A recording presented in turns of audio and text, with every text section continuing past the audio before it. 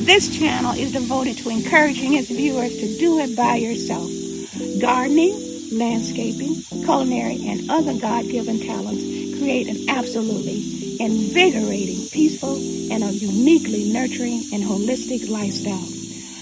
Living spaces, large and small, can benefit from these budget-friendly tasks and projects. So take this journey with Miss Martha. You have one life to live, so engage in it with passion.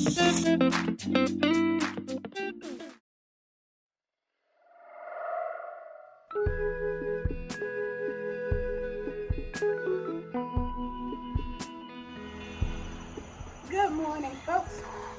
This is Miss Marvin. You know she likes to work in the morning, but I'm going to be real busy today because we have a lot to do.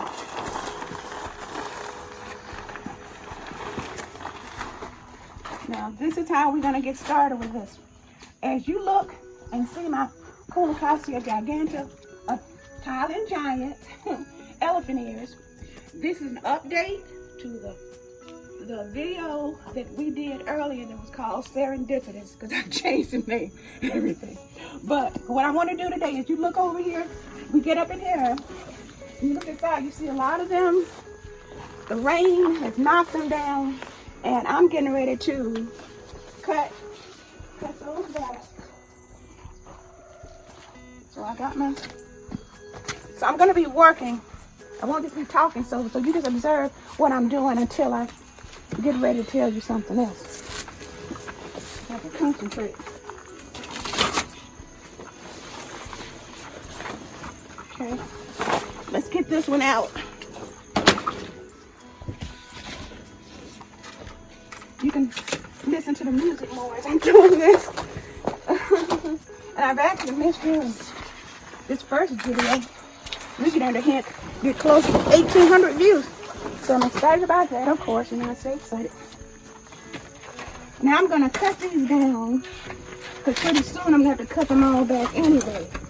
And when you're caring for your elephant ears, this time of the year, you have to stay attuned to how they're looking.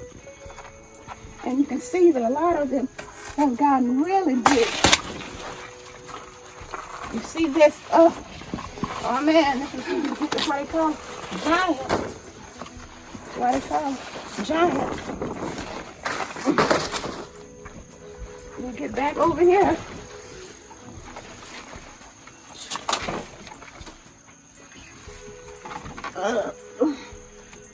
Get this out here.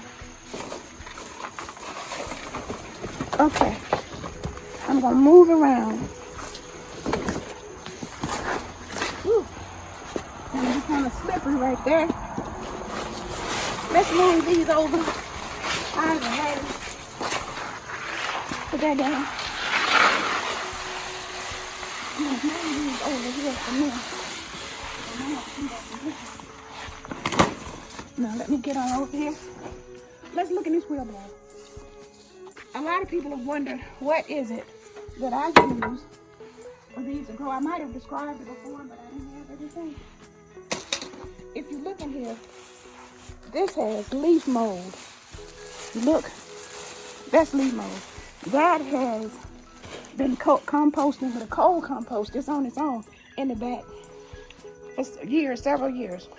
What I'm going to do is take some of this, about a handful, and go up in here. Come follow me over here. I'm going to start putting it around the base. Okay? I don't really put stuff. I just put this around the base. Okay, let's go get some more. Okay. Pick it up. And you can see part of it already turned into soil. But it's soil that is super high in nutrients. Okay. And I'm going to put some over here. And I should have my raincoat on because the leaves give off a lot of water. Now, while we're up in here, let's talk about what's under this giant canopy. If I can move to the side for you to see. These are Japanese fern maples. Wait, I'm sorry. These are Japanese holly ferns, okay? I bought them years ago when they were like about that size. When they were 4.48, and I put them in a pot and put this up on here. When I planted these coral bells right here, and I almost forgot the name of them. When I planted these, you can see coral bells. They really call for, they want clearance. They really call for more sunlight, and they were doing fine before these gigantos took over, right? And so what I'm gonna do now is, in a minute, is dig them up and put them back.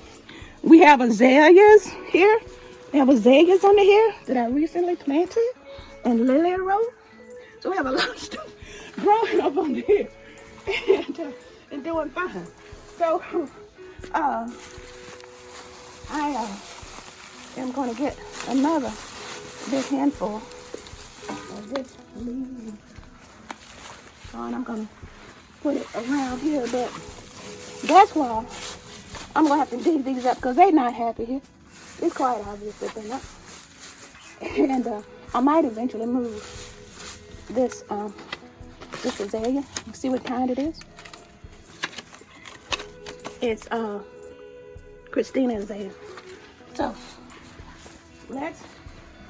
because I know my coral bells are not happy, I have some pots here, and I'm dressed for work. Okay. Make sure I get as much of the root system as possible.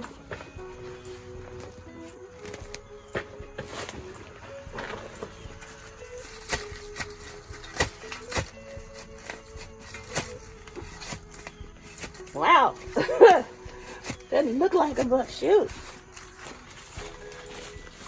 This is more than what I had bargained for in a way, yo. Okay. I think we're fine. See? Drop that from the pot. Yeah. Let's get another one. Okay, look. This is up under the fern. Another coral there. I know they're going to be thankful to me that I was doing all this for them. Okay. Okay. That's two. Now, I'll see about the rest of it later. But this is just to let you know what it takes. So, we have these here that I'm going to be filling out later. Now, once we, look what else is up under here.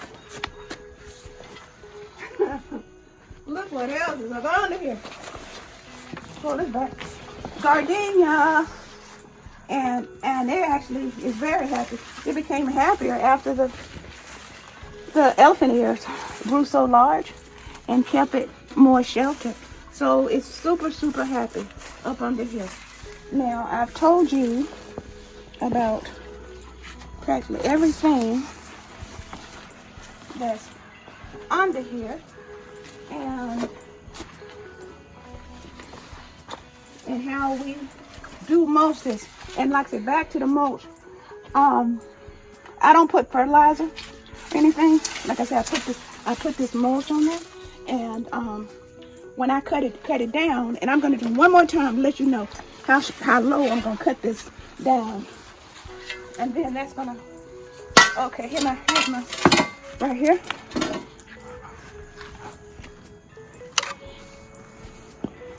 When it's time to cut these down, this is how low I'm going to be doing it. Because I won't be doing another one of these. When I cut it down, I just did this earlier. I'm going to be going, you see, pull not that. I'm going to be going down to here. I'm going to be going down to here, just like that. And that's when I'm going to bring in that fresh leaf mold. And I just might even leave this up under here, because that'll provide the nitrogen. Okay, some of the green, and it can compost itself. And so I'll be cutting those down. So, I'll tell you, that has some really great shears for this. So, that's what that looks like. Okay? That's what that looks like. I wanted you to see just how high, and I'll get my rake and we can see. And my rake isn't, oh, one more thing up under here. This, look at this. Getting ready to bloom. Look at this.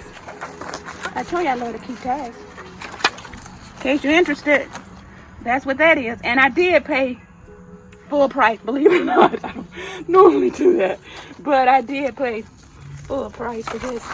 And it is a camellia, and it's going to be blooming during the winter. All right, now, I hope you learned something from this.